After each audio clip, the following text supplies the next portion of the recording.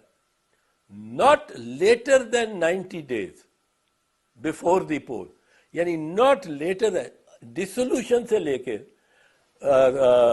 वो जो इलेक्शन और पोल है वो नॉट लेटर देन 90 डेज। ये याह्या खान ने दरअसल जब इलेक्शन पोस्टपोन किए लामतनाई तौर पे इंडेफिनेटली, तो तब तनाज़ा शुरू हुआ बंगालियों का और पाकिस्तानी, वेस्ट पाकिस्तानीज का और ईस्ट पाकिस्तानीज का, और अल्टीमेटली बांग्लादेश बन गया। दूसरा उसने किया कि जब इलेक्शन हो गए, 2 साल बाद इलेक्शन कराए 90 दिन कह के, जब इलेक्शन हो गए तो उसने इंतकाल इक़्तिदार नहीं किया, पार्लियामेंट को